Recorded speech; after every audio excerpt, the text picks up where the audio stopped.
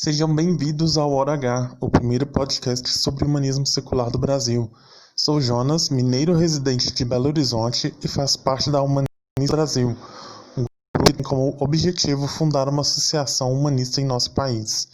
Para tal, criamos esse podcast com o intuito de levar até você o humanismo secular, este movimento global que propõe valores como empatia, razão, secularismo e democracia. Neste episódio, iremos prosseguir com nossa série onde debateremos o segundo fundamento da Declaração de Amsterdã de 2002, nosso documento mais importante. Comentaremos temas como racionalidade, ciência, preconceito ao pensamento científico e pseudociência nas universidades brasileiras. Para ter acesso à Declaração de Amsterdã em português, basta visitar a humanists.international ou nossa página facebook.com/humanistasbr. Para maiores dúvidas ou sugestões, temos o nosso e-mail humanistas.org@gmail.com. Vamos iniciar o episódio de hoje com a apresentação individual e em seguida entramos no debate. Oi, eu sou o Ariel. Eu sou do Rio, mas moro aqui em Bucareste, na Romênia. Oi, eu sou Arthur, eu sou da Bahia, mas estou morando agora no Uruguai, em Montevidéu. Oi, sou a Patrícia, sou de Brasília, estou aqui em Brasília, sobrevivendo. Tá, então vamos começar. Eu vou ler a declaração. Aliás, eu vou ler só o segundo fundamento da declaração e a gente comenta e depois passa para as perguntas. Tá certo? Então, o segundo fundamento é: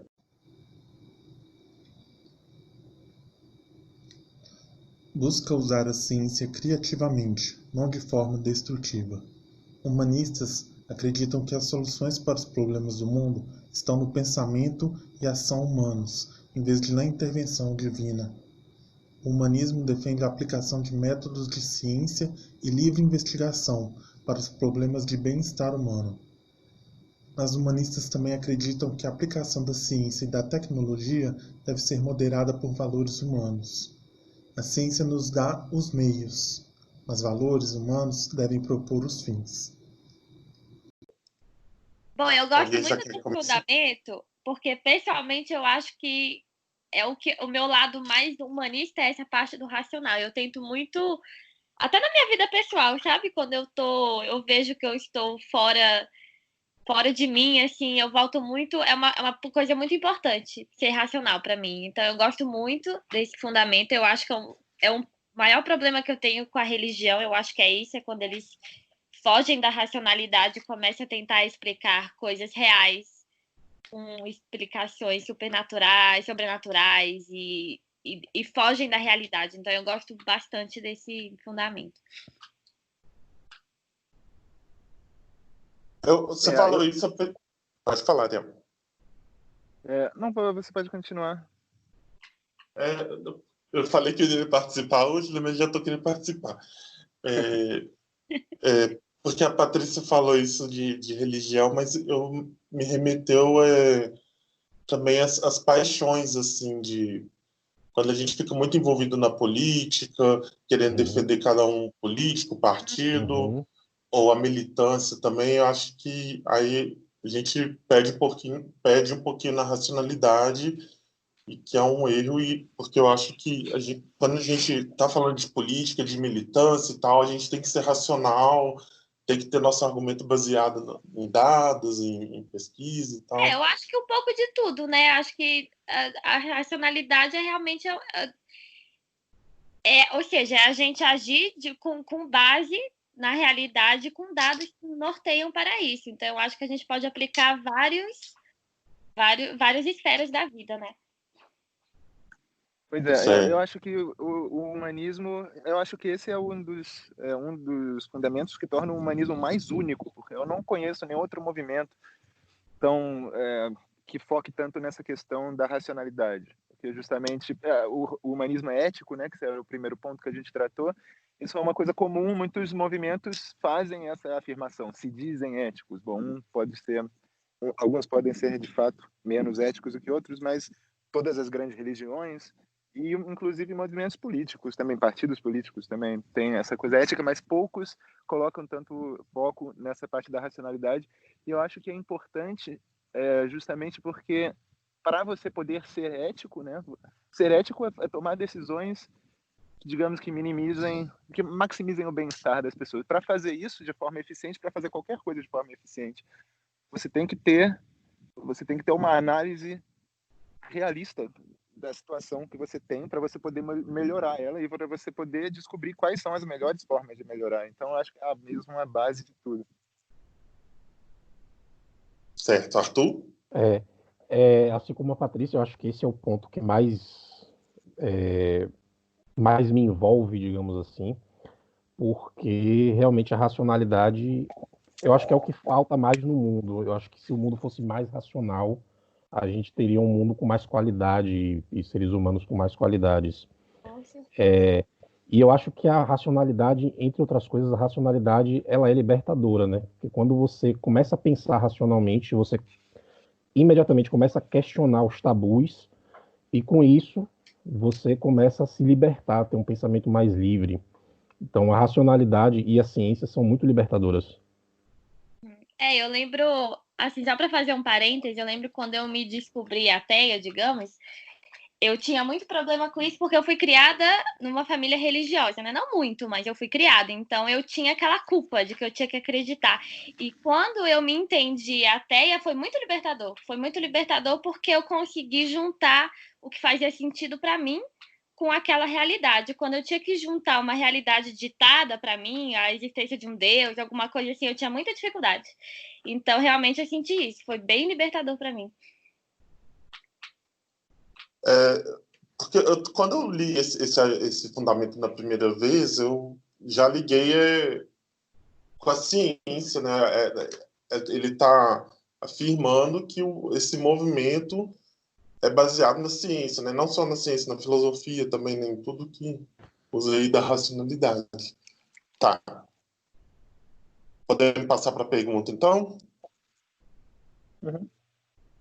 A primeira pergunta que a gente fez aqui, eu vou jogar para vocês, é preciso ser acadêmico, professor, pesquisador, cientista, né, para ser humanista? O que vocês acham disso? Essa eu acho que a gente pode responder em coro. 1, 2, 3 e... Não. Até porque eu não sou acadêmica, não sou professora, não sou nada disso e tô aqui, né? Pois é, eu acho que não tem nada a ver. Eu imagino que você tenha colocado essa pergunta, talvez porque algumas pessoas se sentem intimidadas pelo humanismo. Isso é uma coisa que eu já observei, por ter essa questão muito... Existe muito intelectual nesse domínio, discussões filosóficas, mas é porque eu acho que a religião meio que monopolizou algumas certas discussões. E aí, fora da religião, hoje em dia, meio que só se discutem essas questões na filosofia acadêmica. Mas eu acho que não é uma coisa boa isso. Eu acho que, na verdade, deveria ser um espaço aberto para pessoas de qualquer background poder comentar e poder analisar. Acho que assim a gente teria uma discussão mais ampla e mais construtiva. Sim, na verdade eu coloquei essa pergunta porque é uma coisa que eu observo lá no grupo, que o pessoal fica querendo puxar um debate acadêmico, né, quando abrem um tópico lá. Aliás, quem não está no grupo pode entrar lá no nosso grupo, na página, que eu vou passar o endereço depois. E o pessoal fica querendo, assim, puxar um debate acadêmico no grupo. Aí eu fico pensando assim, será que as pessoas acham que o humanismo é só discutir filosofia ou ciência, né, para estar discutindo artigo e tal? Eu acho que não é isso, assim, o que eu vejo, pelo menos nas associações lá fora, é dona de casa, trabalhador. Eu, por exemplo, estou muito tempo longe da academia, então acho que o humanismo é para todo mundo, né? Não é só para... Eu acho que é meio inevitável. Quando você discute sobre valores e o humanismo promove certos valores, automaticamente você está fazendo filosofia, não tem como evitar esse rótulo. Só que eu acho que não precisa ser acadêmico acho que é perigoso igualar, assim, pensar, a filosofia é uma coisa acadêmica. Não, a filosofia é uma coisa que todo mundo faz o tempo inteiro, sempre que a gente discute valores ou epistemologia mesmo, o que a gente deve acreditar ou não, que é outra coisa que o humanismo faz, promove a racionalidade. Então é meio que inevitável. Mas não Talvez é acadêmico necessariamente, no sentido que eu não acho que as pessoas precisem ter, sei lá, diploma para poder participar da discussão. Talvez também as pessoas elas ainda são muito apegadas no argumento de autoridade. Então, você precisa ter uma referência de autoridade fulano X que disse tal coisa para que essa coisa tenha valor.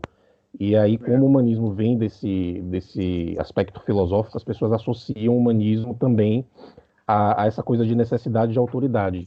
E é um trabalho que a gente também precisa fazer para desconstruir isso, né? Essa visão de autoridade que as pessoas têm, ou de que a autoridade tem muito valor para que se diga qualquer coisa. Inclusive, isso é muito antirracional, né? Achar que a autoridade resolve tudo. Isso. O Arthur falando aí me lembrou uma das coisas que eu logo aprendi quando eu entrei no humanismo, quando eu comecei a ler sobre o humanismo, que é essa questão do sentido da vida, né? Aí jogaram para mim assim, não, o sentido da vida é você que faz. Aí, tipo, não, então não precisa de um filósofo, alguma autoridade para me dizer qual que é o sentido da vida. E o humanismo fala que não, né? Assim, os autores, pelo menos os autores que eu li, é você que cria o sentido da sua vida, você que dá sentido à sua vida. Mas alguns autores podem te ajudar nesse processo, digamos. Sim, com certeza.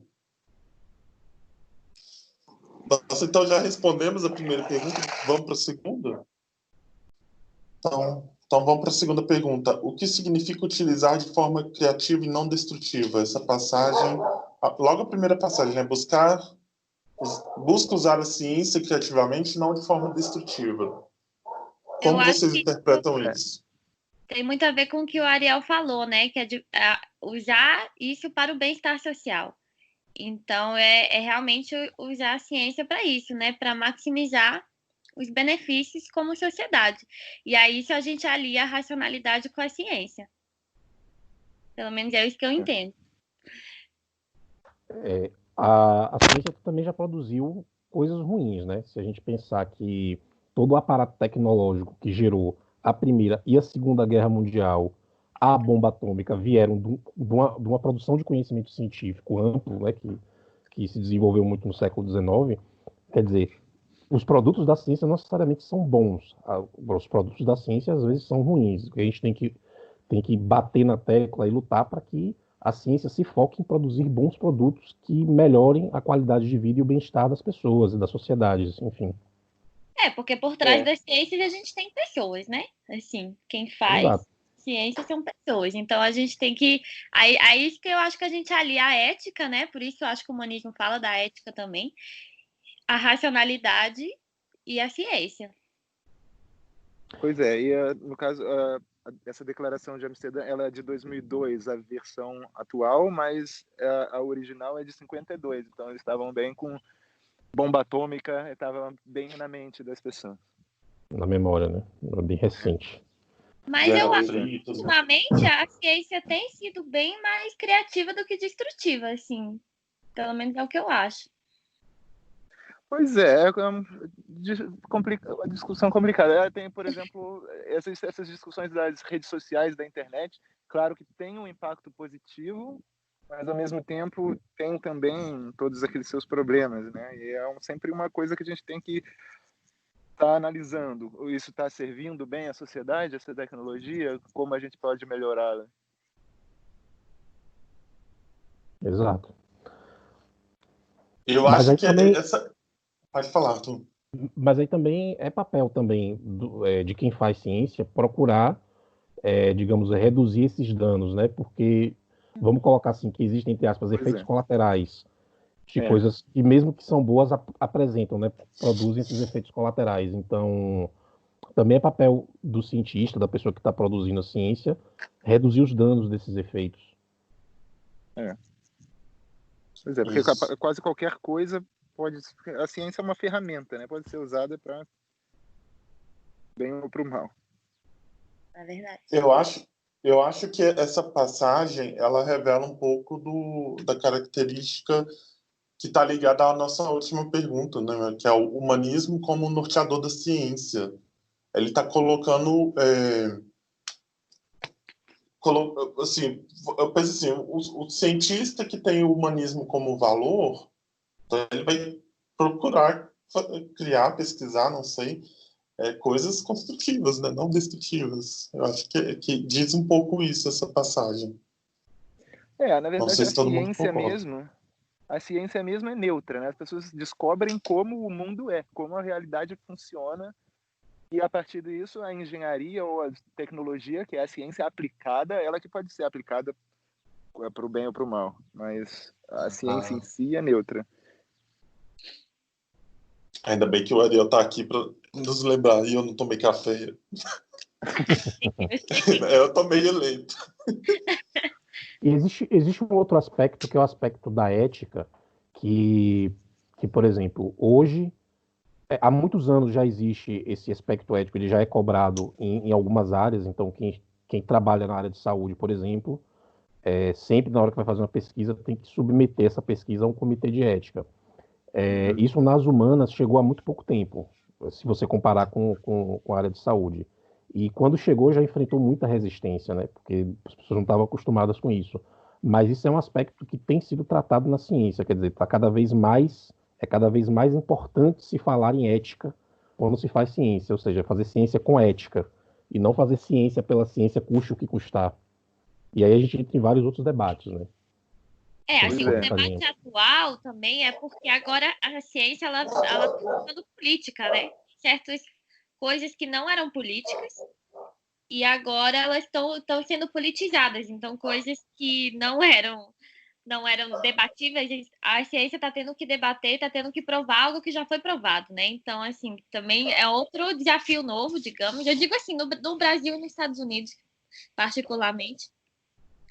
Que ela está tendo que reconvencer coisas que já eram tidas como realidade, né? Você está falando de terra plana, antivacina, né? Essas coisas.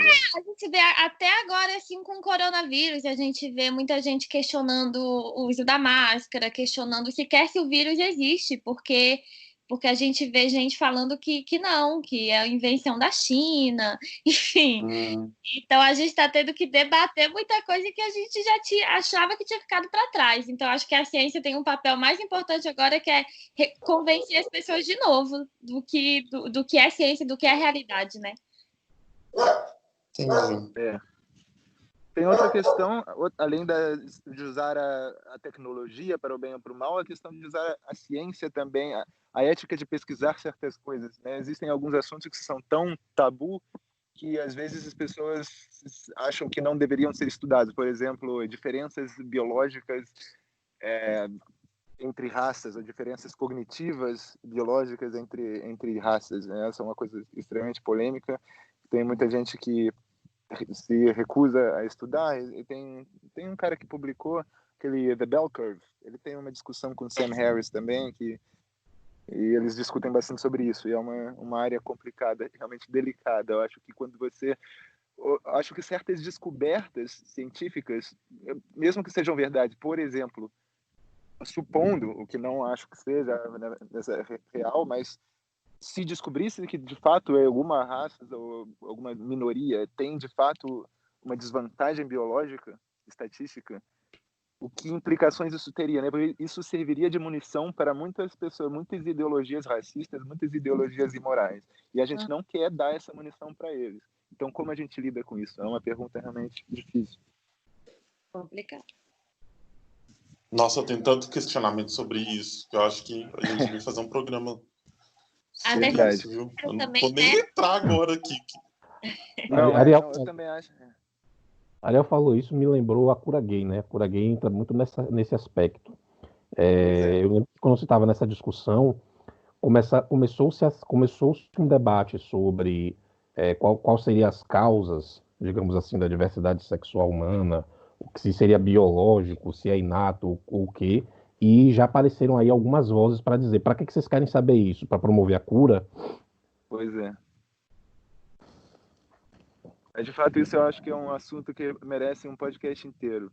Eu só queria falar um outro detalhe que eu acho muito importante. Eu acho que esses dois primeiros fundamentos, a ética, uma outra conexão importante desses dois fundamentos, da ética e da racionalidade, é que existe um filósofo, desculpe agora, chamando pela autoridade, mas eu acho que é um hábito, eu acho que eu adquiri ainda mais agora fazendo mestrado, porque você acaba tendo essa paranoia de eu não quero falar alguma coisa, dá a impressão que a ideia é minha quando não é. Então acho que por isso às vezes eu acabo tentando lembrar o nome, mas é o William Kingdon Clifford, também para as pessoas procurarem se estiverem interessadas. Ele tem um papel, um artigo, A Ética da Crença, The Ethics of Belief, e ele argumenta basicamente que é a sua obrigação moral ser racional, porque se você começar a fazer pressuposições baseadas em achismo ou sem ter evidências suficientes, você vai inevitavelmente acabar se baseando as suas ações nessas pressuposições e vai acabar tendo resultados, obviamente, indesejados, porque você não vai estar fazendo sentido. Ele dá exemplo de uma pessoa que tem vários navios e aí ele leva imigrantes nesse navio, é um filósofo de mais alguns séculos atrás, um século ou dois, e ele tem um navio que não teve inspeção ainda, então as pessoas acham que não é certo que ele esteja em boas condições, mas a pessoa fala, não, com certeza vai estar tudo bem, eu preciso desse dinheiro, com certeza Deus vai me ajudar, tudo vai ficar tudo bem, assim, não vai afundar não, mas aí o navio afunda. Então a moral da história você pode acreditar muito, por mais genuína que seja a crença do cara, que realmente acreditava, muita gente realmente acreditava que o navio ia funcionar bem, que não ia ter problemas, mas ele não tinha informação, não tinha evidências suficientes para poder chegar àquela conclusão. Então, a irracionalidade dele teve consequências ruins, que causaram sofrimento e, portanto, é imoral. E eu acho que isso é uma coisa que me guia bastante também quando eu tento argumentar a favor da racionalidade. Sim, normalmente a irracionalidade tem implicações bem, diretas e bem sérias. Pois é, as pessoas não veem, as pessoas acham muito que tudo é só astrologia, é só isso, não é nada demais. Só que aí você vai vendo, para mim a astrologia, por mais que a astrologia, digamos, supondo que realmente seja completamente inofensiva, eu acho que o fato dela existir reflete que a gente falhou como sociedade em educar as pessoas a serem racionais. E isso é só um sintoma, de um problema que é muito mais sério. Mas eu não acho que ela tá tão ofensiva não, viu, Ariel? Porque eu já vi lugar que não contrata gente ou contrata gente com base em signo. E assim, eu tenho muita amiga mesmo, amigos também, que julgam as pessoas com base nisso. E é uma coisa que me incomoda. Não, pois é, eu falei assim... Só a hipocrisia do pessoal good vibe, né? Exatamente. O que o Ariel disse? Eu falei junto com ele, desculpa.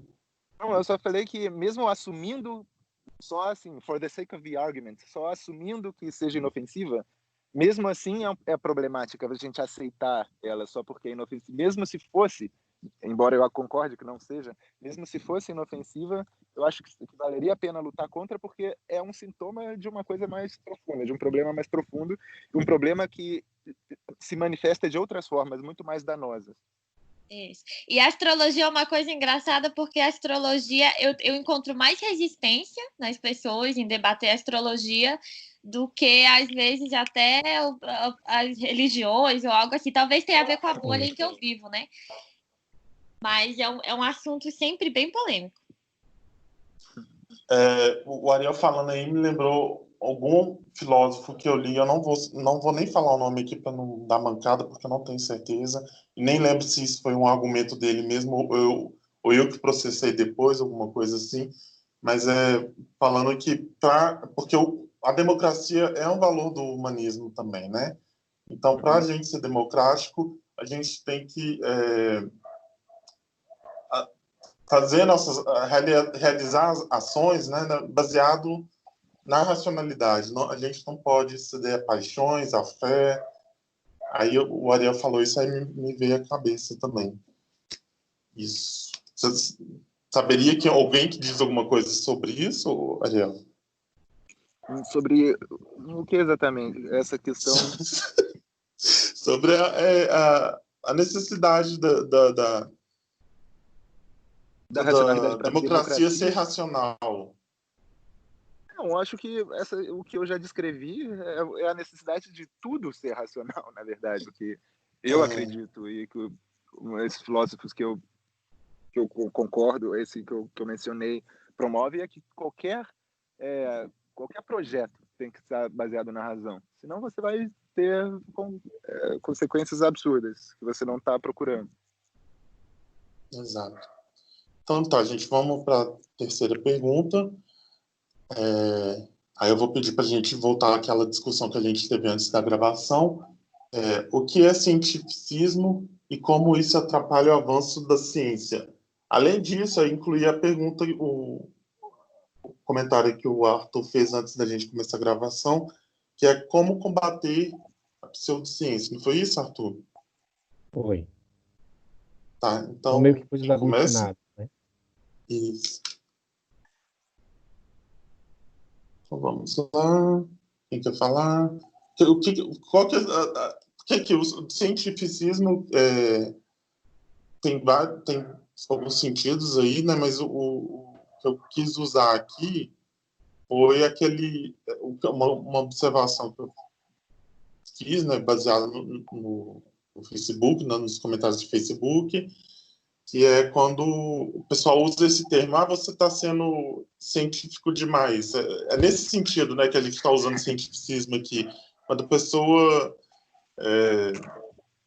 às vezes, não aceita o argumento científico e usa isso. Isso é cientificismo, você está sendo científico demais. Nesse sentido, eu acho que não tem nada de errado com cientificismo, porque não existe ser científico demais. Quanto mais científico, melhor.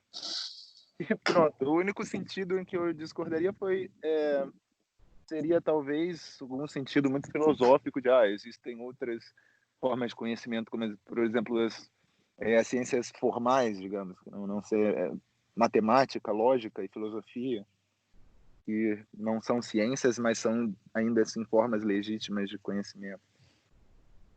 Mas no sentido que você falou, eu não vejo exatamente qual o problema. Não, eu acho pessoal que... Oi? Pode falar, Paty. Eu acho que nesse caso que o Jonas falou, eles usam esse argumento para deslegitimar, né, a ciência e na verdade eles não querem, quando a gente não quer ver que a gente está errado, a gente tende a usar essas táticas, né, de legitimar aquela outra ideia. Então é uma dificuldade de ver que as suas crenças estão sendo questionadas, elas estão sendo debatidas, e aí é até uma coisa psicológica, eu acho que entra.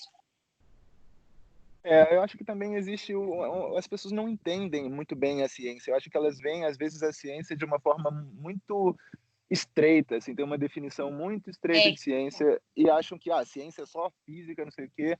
E, por exemplo, eu já lembro de discutir... Bom, pessoas não eram tão pós-modernas, mas caíam um pouquinho para esse lado, pessoas de literatura, essa área, e diziam, ciência não é a única forma de conhecimento. Eu falo, calma aí, como assim? Porque aí elas falam, a literatura, por exemplo, dizer algumas coisas. E eu falei, bom, mesmo as humanas, mesmo as ciências mais abstratas humanas, as pessoas, é difícil ser científico, ser tão empírico quanto você é na física, mas não é impossível. E é normal.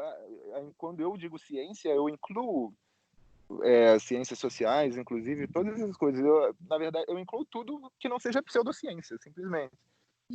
É só uma forma de conhecimento que busca se corrigir e que busca ser racional. Entender a realidade. O problema que eu tenho quando as pessoas falam isso é que elas, na verdade, elas estão querendo dar outra explicação para aquilo. E aí eu não concordo, né? Porque tem uma explicação racional e uma explicação lógica. Quando você dá uma outra explicação extraordinária, você tem que ter base para dar para isso. Qual que é a base? E aí, quando ela não tem, ela joga esse argumento, né? Que a ciência não explica tudo. Só que eu acho que ela se perde aí, porque, na verdade, a ciência, o objetivo dela é explicar tudo, é explicar o mundo, né? Explicar como as coisas funcionam. Nem sempre ela consegue, né? Ela não sabe tudo, a ciência não sabe tudo, mas a gente está nessa busca. Ainda. Não sabe tudo ainda. É isso, né? A ciência tem seus limites e quem trabalha com ciência sabe disso. Ela tem seus limites e sabe disso. Ela Então, reconhece isso, aí é ela que tá. reconhece isso. Ela, inclusive, reconhece que erra Sim. e aprende com erros. Inclusive, Tipo, esse tipo de argumento, ele geralmente aparece ou, como a Mariel falou, de quem não entende de ciência mesmo, ou de quem só tem aquela fé, por exemplo, a gente estava falando aqui de astrologia, né? Então, aquela pessoa tem aquela fé na astrologia, que defende a astrologia até o fim, e aí usa esse argumento. Isso aconteceu agora. No Instituto Questão de Ciência, a revista, fez 2 artigos sobre psicanálise e depois tive que escrever um terceiro artigo, porque por causa desses 2 artigos eles foram acusados de cientificismo. E aí ele foi lá destrinchando porque não, isso aqui não é cientificismo. Peraí que eu vou explicar mais. Aí explicou lá no texto. Que as pessoas, eu vejo também as pessoas usando esse termo cientificismo como porque eles acham assim que a ciência é rival da religião, como se se a ciência fosse vários dogmas elencados que não podem ser questionados e Exato. colocam a ciência do lado da razão, falar se está sendo científico demais, cientificismo, colocam o cientificismo como se fosse uma outra religião, né? eu acho que assim, a ciência, ela é, de certa forma, rival da religião, porque ela dá uma outra explicação para aquilo, né? Então, assim, eu tenho dificuldade de conciliar, por exemplo, uma visão religiosa com uma visão científica, porque eu acho que são 2 formas de ver diferentes, né? Então, assim, eu teria dificuldade, eu não sei, eu não consigo ver como a gente alinha uma visão religiosa com uma visão científica. Eu só vejo, a única forma de fazer isso que eu vejo é eliminando a parte toda, deixando só na religião a parte boa, digamos, e tirando todas as afirmações baseadas em revelações sobre a natureza da realidade. Tira essas partes e aí deixa só a parte ritualística, a parte talvez alguns poucos ensinamentos morais, etc. Mas aí você perde, por exemplo, a crença num Deus, por exemplo, eu já não acho ela já não acho ela científica. Não sei se eu estou sendo, mas porque com base em quê? Não concordo. Não. Só que, mas a crença em Deus a gente vê como isso sendo um ingrediente necessário da religião, mas cada vez mais isso está sendo questionado, inclusive dentro do movimento humanista, por humanistas que começam a ver, não, tem alguns aspectos. Ou, por exemplo, o judaísmo eu acho um caso muito interessante. Existem muitos judeus que não acreditam em Deus e vão na sinagoga todo domingo, fazem toda aquela coisa, como eu talvez já tenha mencionado, não lembro. Existe um movimento ético nos Estados Unidos, onde eles chamam humanistas congregacionais, que é uma forma de religião. Eles são reconhecidos, inclusive, legalmente como religião. Olha. Não, eu queria falar. Diga, Pode falar, Paty. Não, eu estava só ponderando aqui. Pode falar. Porque eu tenho uma ponderação, vou usar essa palavra, eu não acho que a religião seja rival da ciência, assim. Acho que são coisas bem distintas, porque fica parecendo que a ciência se ocupa em responder à religião, mas não é, ela não está se ocupando só a isso, né? Ela tem várias preocupações. Ela acaba entrando nessa seara, porque quando a ciência está buscando explicar a realidade, a religião também está explicando a realidade de uma outra forma. Então ela se bate. Mas aí tem outro ponto, porque eu acho que a religião ela não só explica, ela não tem só esse papel de explicar o mundo, ela tem essa coisa da hierarquia, né? Quem tem acesso à verdade e quem não tem, né? Por exemplo, eu estou falando assim, tem um líder religioso que ele tem revelações, ele sabe a forma correta de interpretar as escrituras sagradas e tal. E na ciência, isso não pode acontecer de forma alguma, não pode ser centralizado o acesso à verdade. Eu não estou dizendo que a ciência se comporta da mesma forma que a religião. Quando eu digo rival, é porque ela acaba questionando e ela quebra certos dogmas e certas crenças que as pessoas têm. Então, quando eu digo rival, eu acho que eu digo no sentido de que é difícil você alinhar uma coisa a outra, a não ser no caso, como o Ariel falou, quando a gente abre mão, quando os religiosos abrem mão de certas formas de pensar do sobrenatural e tal. Isso, aí eu acho que o meu ponto é esse, é isso que você falou, é quando o cientista religioso ou o antirreligioso,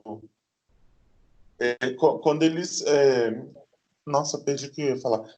É que eles não deveriam pensar que são rivais, sabe? Deixar cada um separado, eu acho que isso seria mais proveitoso. Por exemplo, um cientista vai lá no laboratório dele, faz a pesquisa dele, não sei, e vai para a igreja dele e ora, mas ele consegue separar. Acho que seria mais proveitoso para a gente, para cada um.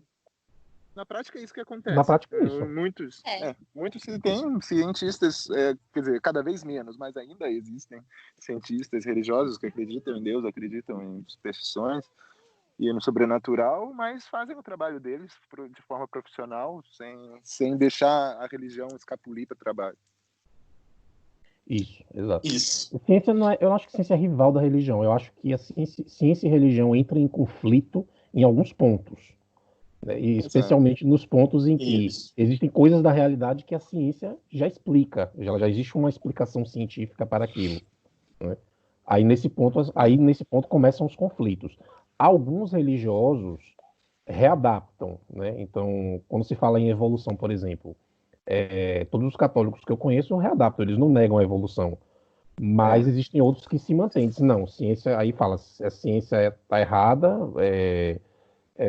evolução é coisa do diabo, sei lá, e minha fé não aceita isso. Ou inventam coisas como o design inteligente para poder tentar dizer, não, a evolução é, entre aspas, só uma teoria.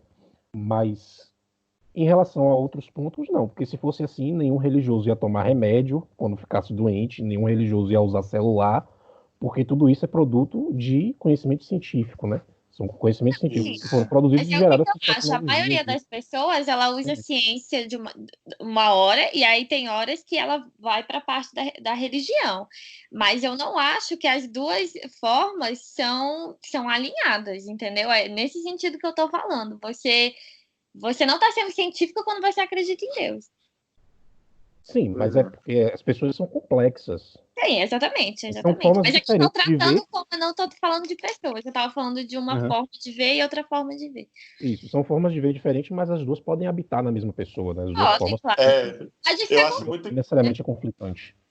Eu acho muito engraçado quando, por exemplo, tem alguém hospitalizado, né, alguma doença grave, ou nesse caso mesmo da Covid, quando as pessoas oram, os religiosos oram para que seja encontrada a cura, para que o médico cure a pessoa, para dizer, não, que Deus te guie para você curar minha mãe, não sei o que, sabe? Eu acho engraçado isso.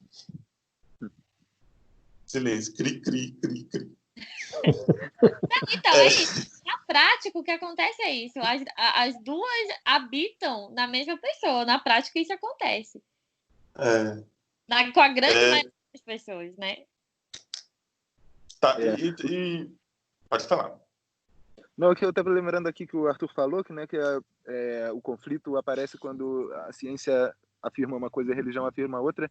Eu acho que até começa até antes disso o conflito, quando a ciência, não a ciência no sentido do conjunto de todo conhecimento que a gente tem nesse momento, mas a ciência no sentido, o método científico já entra em conflito no momento em que a religião faz uma afirmação sem ter absolutamente nenhuma base para fazer aquela afirmação. A atitude científica, o próprio cientista diria nesse momento, antes de ter dados, diria, calma aí, a atitude certa científica nessa hora é dizer eu não sei, é ser completamente agnóstico, por exemplo, sobre a origem do universo. Não é porque, ou por exemplo, ou inclusive a evolução das espécies, mesmo antes de existir a teoria, mesmo antes de Darwin, antes de seleção natural, já era não científico, já era anticientífico dizer que foi Deus que criou tudo.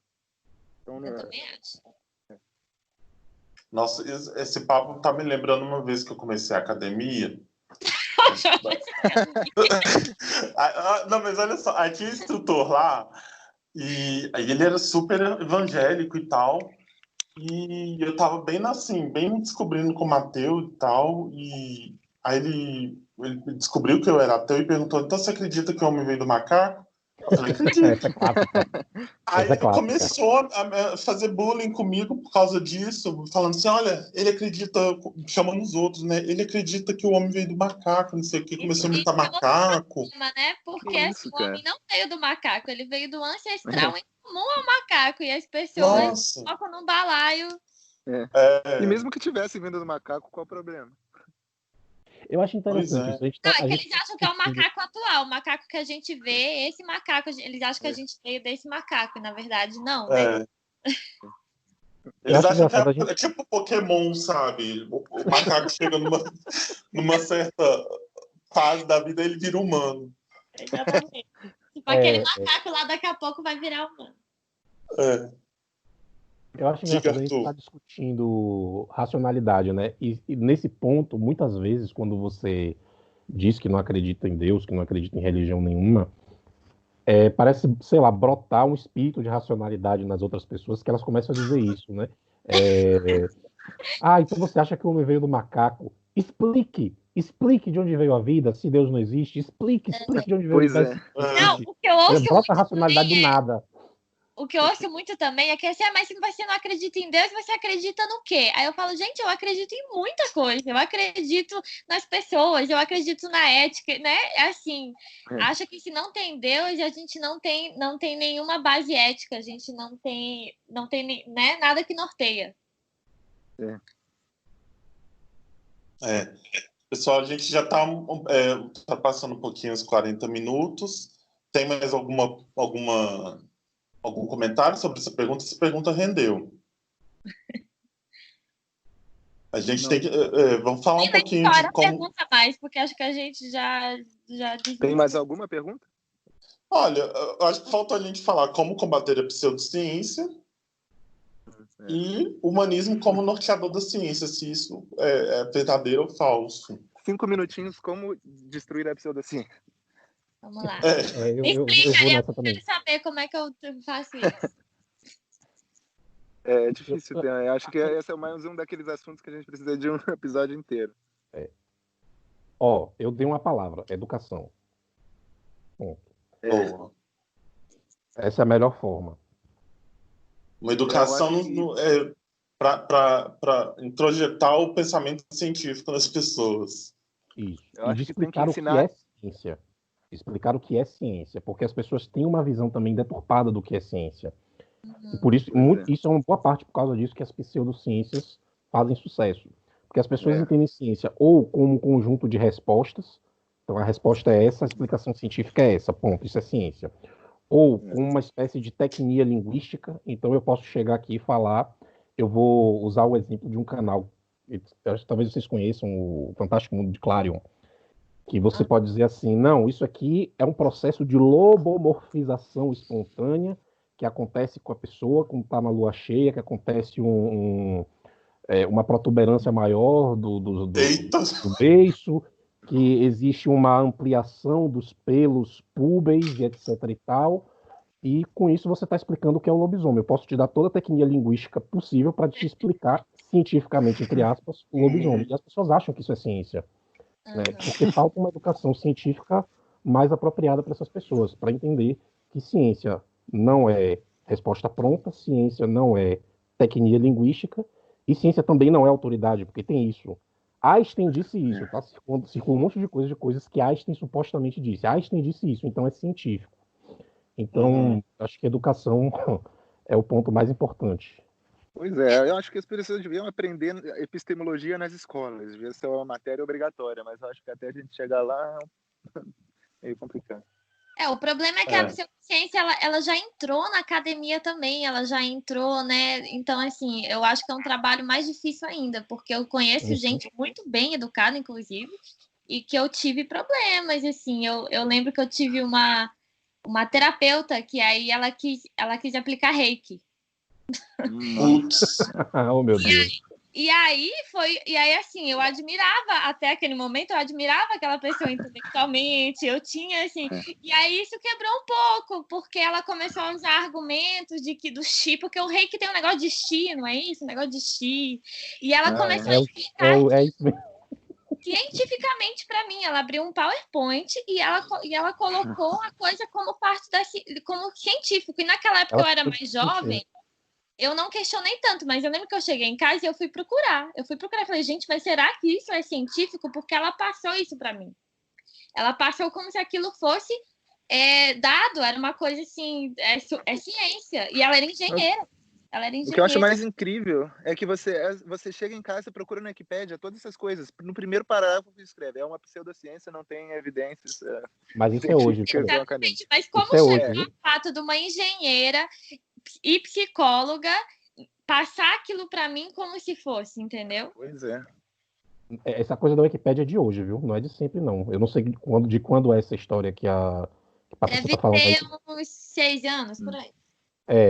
Talvez na Wikipédia nessa época não tivesse essa definição de pseudociência. Porque hoje tem, todas elas têm, aparece lá, pseudociência. Só retomando um pouquinho, eu acho que essa educação científica e epistemológica, ela tem que ser reforçada nas nossas universidades, né? Porque... Com certeza. Nossa, quanta mistura de coisa, de pseudociência ali que a gente tem, de professor defendendo psicanálise na sala, e a gente vai. Olha, eu digo assim, tem 2 grupos na universidade, na minha área, né, que é letras, 2 grupos que são insuportáveis. E os 2, eu não sei dizer se eles são a maioria, eu acho que não, mas eles são uma minoria, mas são uma minoria muito barulhenta. Então você tem o grupo dos relativistas, daquele pessoal que acha que ciência é opressora, ciência é dogmática, ciência é coisa de homem branco heterossexual, etc. E você tem outro grupo que acha que tudo é ciência. Então, tudo que aparece na academia está fazendo pesquisa, está fazendo ciência. E quando você questiona esse segundo grupo, a primeira coisa que você ouve é: mas você está defendendo a supervalorização das ciências duras, como eles chamam, em detrimento das ciências humanas. Não, eu estou defendendo o método científico. É diferente. Está defendendo o método científico e o imposto, né, que a gente paga para manter a faculdade ali, né? E assim, o próprio sistema da academia permite isso. Porque, por exemplo, você é um bom acadêmico, no Brasil pelo menos assim, você é um bom acadêmico se você publicar um monte de artigo. Você não é um bom acadêmico se você fizer uma pesquisa com o método adequado. E aí você tem que publicar um monte de artigos. As revistas são avaliadas pela quantidade de artigos que elas publicam por ano e não pela qualidade dos artigos. E algumas coisas do tipo, se você publica artigos de pessoas de fora do país, aí você aumenta um pouquinho o qualis da revista. Então tudo isso estimula uma produção acadêmica que é um fim em si mesmo. É uma produção acadêmica quantitativista, né? Assim, em termos de você ter uma quantidade de produções e não a geração de conhecimento. Então, todo o sistema acadêmico impulsiona isso. E quando impulsiona isso dessa maneira, sem pensar na qualidade e sem pensar no que é fazer ciência com o método e com o método adequado, você abre espaço para que tudo apareça. E aí você tem dissertações de mestrados inteiras em pseudociências, teses de doutorados inteiras em pseudociências, revistas dedicadas a pseudociências, enfim.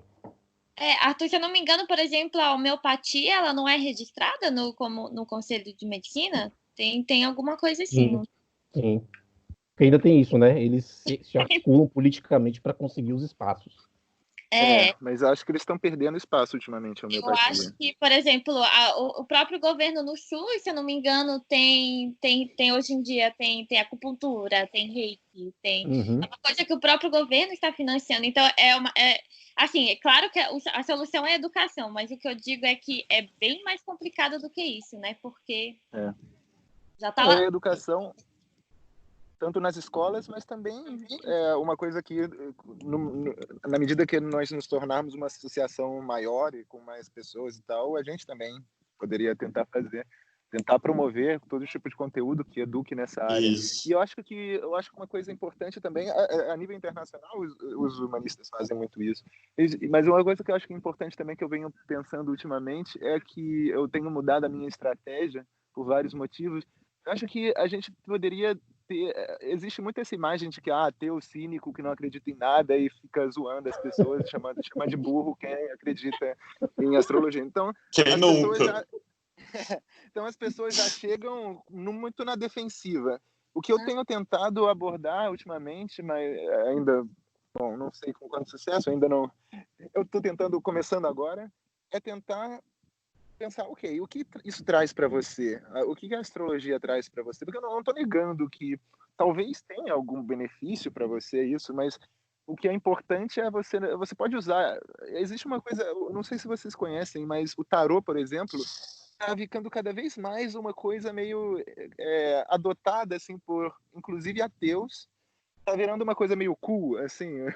Uhum. entre uma galera Eu mais noto hippie, isso, mais verdade. hipster, e eles falam, eu Isso. conheço, tem uma no YouTube que fala, não lembro qual o nome do canal dela, mas é como tipo Atheist Witch ou alguma coisa assim, em que ela publica várias coisas como o tarô, como eu uso o tarô na minha vida sem necessariamente acreditar que ele tem alguma conexão com o sobrenatural, é só meio que uma metodologia assim de ver o mundo de uma forma diferente, é uma coisa de dar umas ideias, é uma metodologia de te ajudar a ser mais criativo quando você olha para os seus padrões.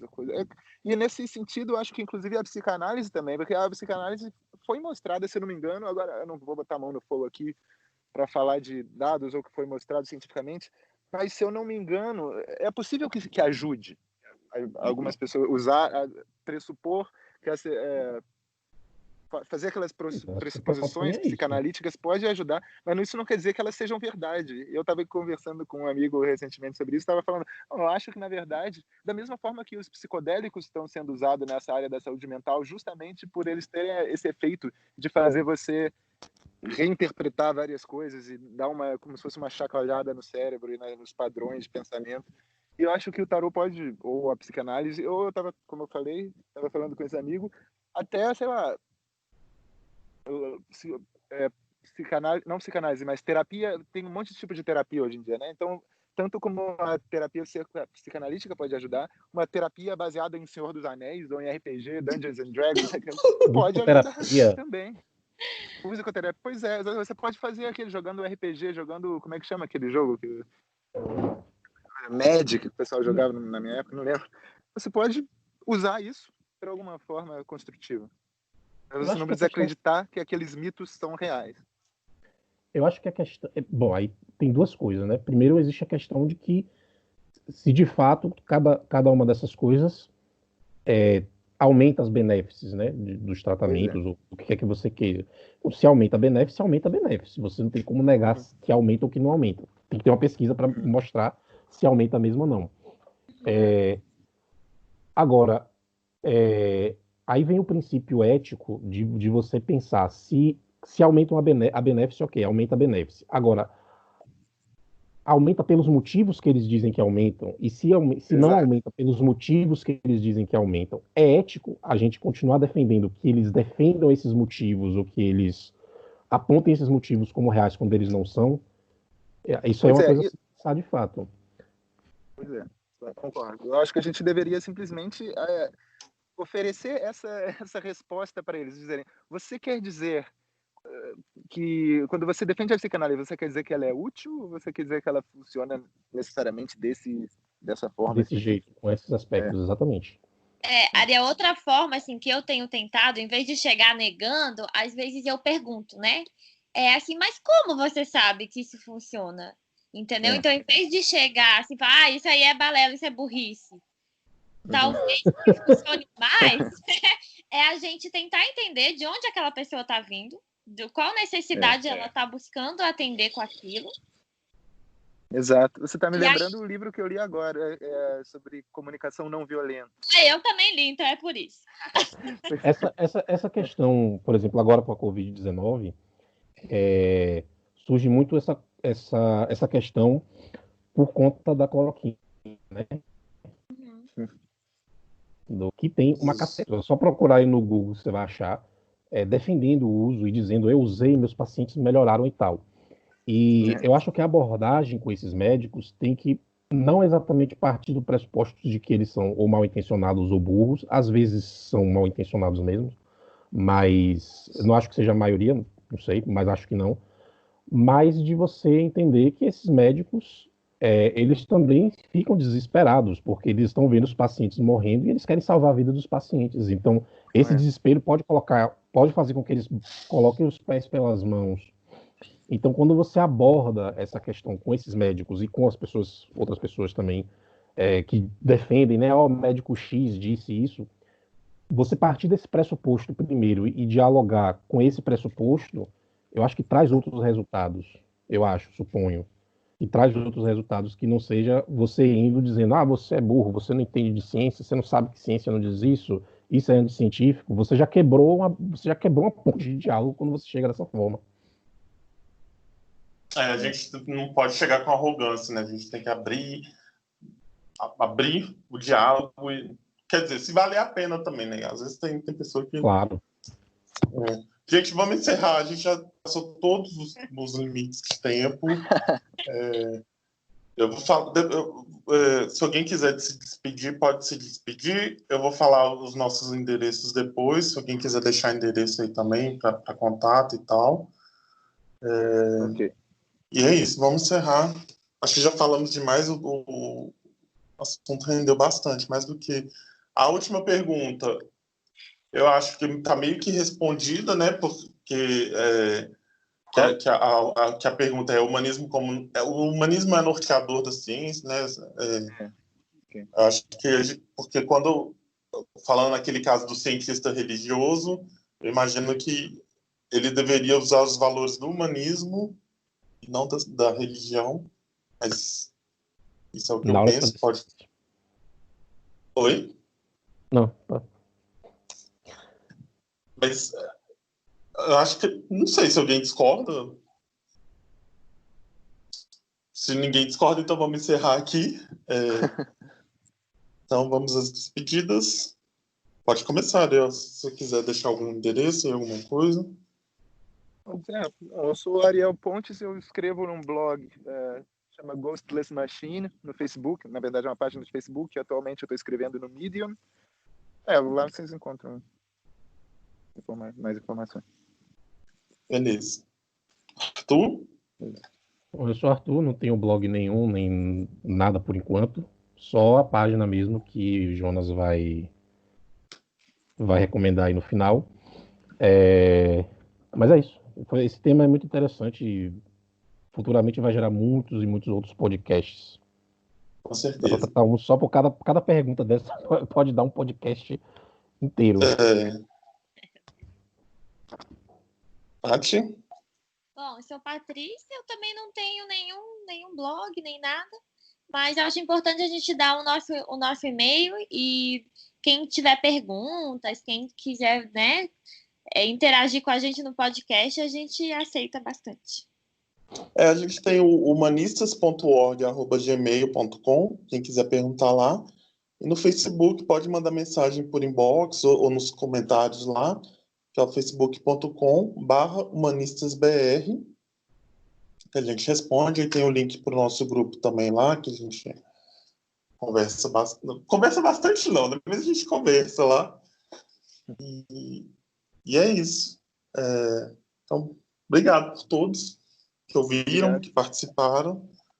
Então, até o próximo. A gente não sabe quando vai ser o próximo, mas até mais. Tchau, tchau. Até o próximo. Tchau. Tchau, gente. Tchau.